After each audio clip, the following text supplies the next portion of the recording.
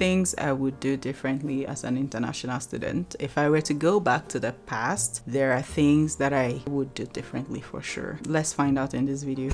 Hey guys, welcome back to my YouTube channel. Thank you so much for tuning in. If you're new here, my name is Aladi-Ada Akoh and welcome. Yeah, I was an international student and a few years ago I graduated, but let's go back to the past. What would I have done differently? The first thing would be I would build my profile for a green card. Yes. How? You know, when I came here, I never came with the intention to stay back. Life happened and I stayed back, right? My plan was just come here, get my master's degree and go back to Nigeria and build something from there. When I came, I saw a couple people that I spoke to. I discovered that their plan was not just to come to school. They were here on a mission. Yeah, you know what I mean. So, but me, I was like, I never took it so seriously. I was like, whatever. Because on this channel, I've also shared with you guys when I was about finishing my master's program, a lot of people were applying for PhD and all that, planning their next move. I told myself, I called my mom, I'm coming home. If I don't get a job, I am coming home. I don't want to do a PhD now, especially because that's not my career goal for now. So I was not like desperate to stay back. That was the mindset I had. So I never did anything to improve my profile for a green card. Looking back, I mean, it was not in my plan, so I can't really blame myself. But if you're an international student and you're coming in right now and your plan is to stay back, please get to work before you even come here. Get to work immediately. Start building your profile. If you, let's say your profile, you're not eligible for EP1 or EP2 or anything like that, you need to start building that profile. Start going to conferences, start writing papers, start doing things, start getting involved. Just start. Time is not on your side. You know, there's limited time, so you really need to hit the ground running. And if your goal is to get married or get your green card to marriage, good luck. Get to work. Number 2, I would take dating seriously. Yeah, that's the number 2 point. So if your goal is to get married, find love, whatever it is, you know, you want a relationship, something stable, you want a partner, then I would say do not put it off because of school. You know, especially if you're like getting older and you feel like you're ready to be in a relationship, I'll say take dating seriously, because in America here, dating is a bit different from what we have back in Nigeria. Sorry if you're not Nigerian, but I would say you have to put in efforts. You have to do something. If you really want love, you have to work for it. You have to, like, if you have to use a dating app, if you have to tell friends to introduce you, if you have, like, you have to take your relationship or your love life seriously as an adult. It's not gonna fall on your lap. There are some cases where it will fall on your lap, literally, but you have to like put in more work, more time, work on yourself to attract the type of people that you want and the type of people that want you as well.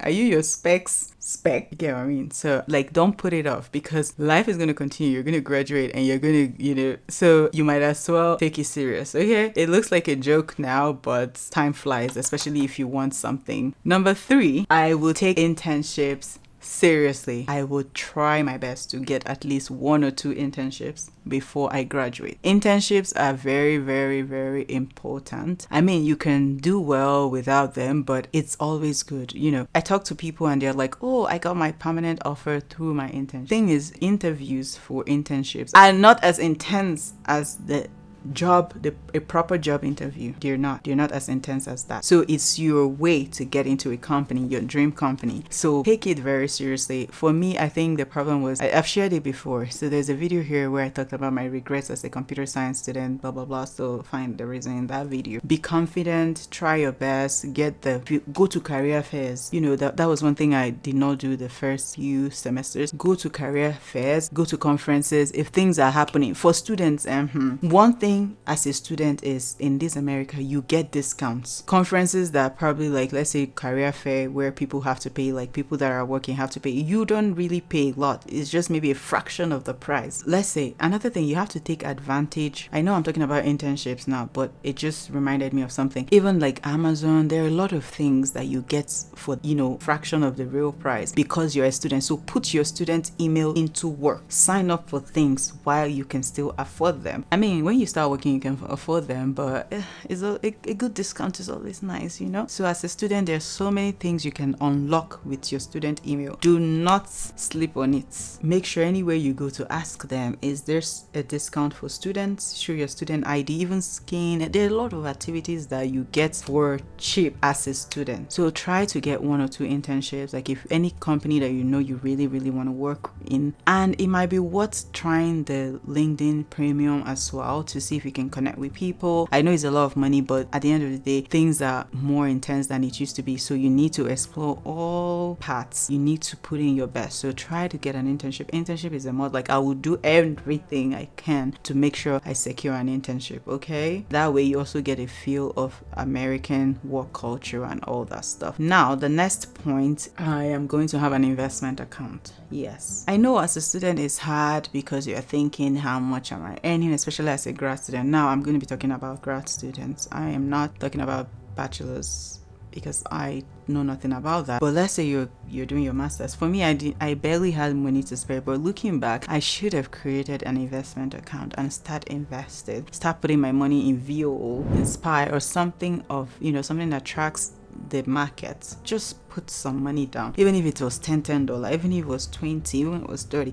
It helps you build a habit. You don't wait until you have a job. I know sometimes it's hard to say that because you're struggling, you barely have enough to eat, but it's a habit that needs to be built. I would start building, because compound interest and all this, the likes. I'm not an investment expert or anything, but consider opening an investment account and start investing something while you're a student. Start building that habit and start learning about money. So this whole topic is about learning more about money, learning more about the US, you know, 401k and all those things, learning about it. So that way, when you graduate and you start making more money, you can increase your investment amount or whatever you're doing. So I would take it seriously. I will learn, I will ask questions and get advice on what to invest my money on. And if you don't know anything to invest in, if you're a student right now and you want to invest, I would say go and research VOO. That's a safe place to put your money. So go and research. This is not investment advice, okay? But go and research the symbol VOO. Next point is, I would take my social life serious or more serious. You know how you're in school and everything is overwhelming. You need to remember that that is a phase and it is definitely gonna pass. So social life and network. This world, you need people and people need you. You need a community. So I would make it something of high importance. I would take networking seriously. And how do you do that? Attending some of the social events on campus, talking to people, making friendships, doing a lot. Just, you don't have to be at every event, but if there's a social gathering in your school, there's something, make yourself available. Enjoy the process of being in school. Do not be all buried in your books. Take some time to have fun. Take some time to get to know people on your campus. Take the time. You know, you are just there, school. At the end of the day, you graduate and, well, you don't have any people skills. All you did was just study, because to network, to get a job, like, you need people, especially now that things are tougher. You need people to put in words for you. You need to learn how to relate with people. Sometimes people's skills are what you need to get a job, not even the skill, like the technical skills. Sometimes you can learn on the job, but these skills, like these social skills and everything, like, oh, I see your dog, your dog looks cute, like, you know, all these type of things. Oh, like learning how to talk to people and all that will get you far. Correct me if I'm wrong, but in my experience, you know, someone who has a lot of these skills, you know, social skills and all that, that is able to like relate, be able to fit into a team and all that stuff, and maybe probably have technical skill, maybe 75% or 80%, and someone who has none of these social skills and probably they're 90% of technical skills. To be honest, most people will want to choose the other person because they feel like the person is more balanced. So for your resume, try to do a lot of things, volunteer in these activities, like take all these things seriously. Like if you you're trying to learn something, a good way is to volunteer with actual companies that are into stuff. I know it's hard to be able to manage your time, but these things are good for your resume. They are good for your career. They are good. In fact, it makes you look good. I remember one time I was even interviewing and my YouTube channel actually came up things that I've done and stuff like that, you know, and it's just interesting that your resume does not have to be school, or like there should be some extra stuff, you know, that you're doing outside of school. Do you belong to a club? You get the vibe, what I'm trying to say. Take that seriously. Do not just bury yourself in academic work. There is life outside of that, okay? Attending conferences. Yes, that's another way to meet other students, professors. You know, I cannot overemphasize that. Attend these conferences, especially if your school is paying for it. If your department is sponsoring it, attend. It's not going to take anything from you. That's another way to also network. So make sure you're attending these conferences, you're building your profile. The most important thing in everything I've said here is important, but if your long-term goal is to remain in the United States, then you need to take the immigration part very seriously. Start building your profile from day one, even before you move here. Start doing things that will position you, because there are so many opportunities, but the problem is the limitation, especially if your visa is going to limit you from getting to certain points, to getting into certain jobs, you know, roles and stuff like that. Take that seriously. That is your number one goal when you land. Start working on it, in fact, before you land, just like I said. So guys, if you have any other tips for me, I have said everything that I need to say about that, because I mean, if your goal is just coming to study, then it's fine. For me, that was my goal, but looking back, I would have probably just, I don't know.